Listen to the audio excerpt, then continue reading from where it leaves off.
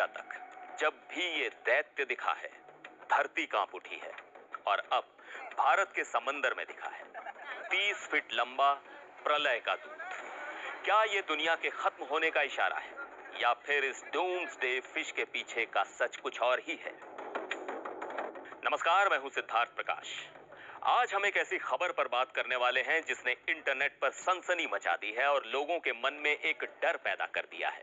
कल्पना कीजिए, आप समंदर किनारे हैं और अचानक आपके सामने एक 30 फीट लंबा, चांदी जैसा चमकता हुआ, किसी सांप जैसा दिखने वाला एक अजीबोगरीब जीव आ जाए। जी हाँ, ऐसा ही कुछ हुआ है तमिलनाडु के तट पर, जहां मछुआरों के जाल में एक बेहद दुर्लभ मछली फंसी है जिसे दुनिया डूम्सडे फिश या प्रलय की मछली के नाम से जानती है। ये जो आप अपनी स्क्रीन पर देख रहे हैं, ये है ओर फिश। वैज्ञानिक भाषा में इसे रिगलेकस ग्लेस्नी कहा जाता है।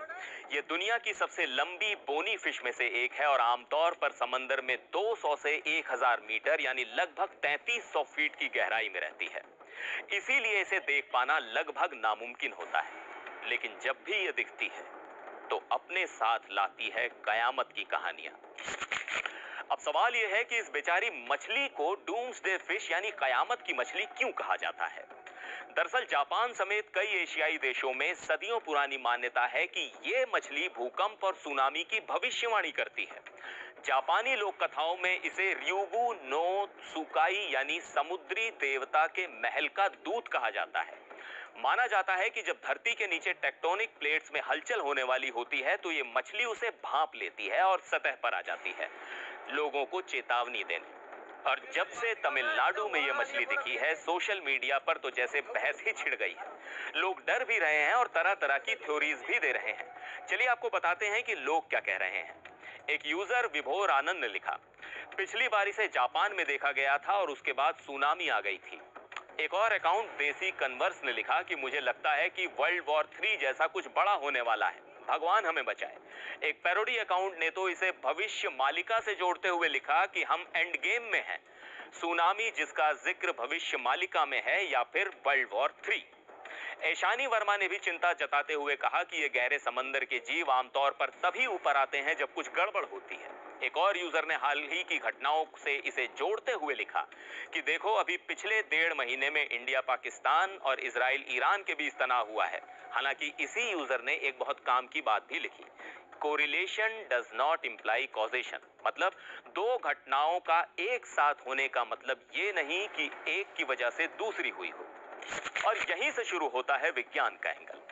तो क्या सच में ये मछली तबाही का संकेत है या ये सब सिर्फ एक अंधविश्वास है? देखिए, मरीन बायोलॉजिस्ट और वैज्ञानिक इन कहानियों को नहीं मानते। उनका कहना है कि ओर फिश के सतह पर आने की कई वजहें हो सकती हैं। पहली वजह, हो सकता है कि वो घायल हो या बीमार हो। दूसरी वजह, समंदर के अंदर तेज बहाव या तूफानी धाराओं की वजह से वो रास्ता भटककर ऊपर आ गई हो। और तीसरी वजह, या फिर वो अपनी जिंदगी के आखिरी पड़ाव में हो। वैज्ञानिकों ने इस पर रिसर्च भी की है। 2019 में प्रशांत महासागर में एक स्टडी हुई जिसमें ओर फिश के दिखने और भूकंप आने के बीच कोई भी सीधा कनेक्शन नहीं मिला। भारत के Indian national centre for ocean information यानी इनकॉइस के डॉक्टर एन राघवेंद्र ने भी साफ साफ कहा है कि ओर फिश के दिखने और भूकंप के बीच कोई भी वैज्ञानिक सबूत मौजूद नहीं है। तो कहानी ये है कि तमिलनाडु के तट पर एक बेहद दुर्लभ और खूबसूरत जीव देखने को मिला है। उसका दिखना किसी अपशकुन का नहीं बल्कि समुद्र की विशाल और रहस्यमयी दुनिया की एक झलक है। ये डर और चिंताएं सदियों पुरानी कहानियों की वजह से हैं जिनका आज के विज्ञान में कोई आधार नहीं है। तो अगली बार अगर आपको डूम्सडे फिश की खबर दिखे तो डरने की बजाय ये सोचिएगा कि आपको समंदर के एक ऐसे जीव को देखने का मौका मिला है जो हजारों फीट नीचे रहता है। लेकिन हम आपसे जानना चाहेंगे, आपको क्या लगता है?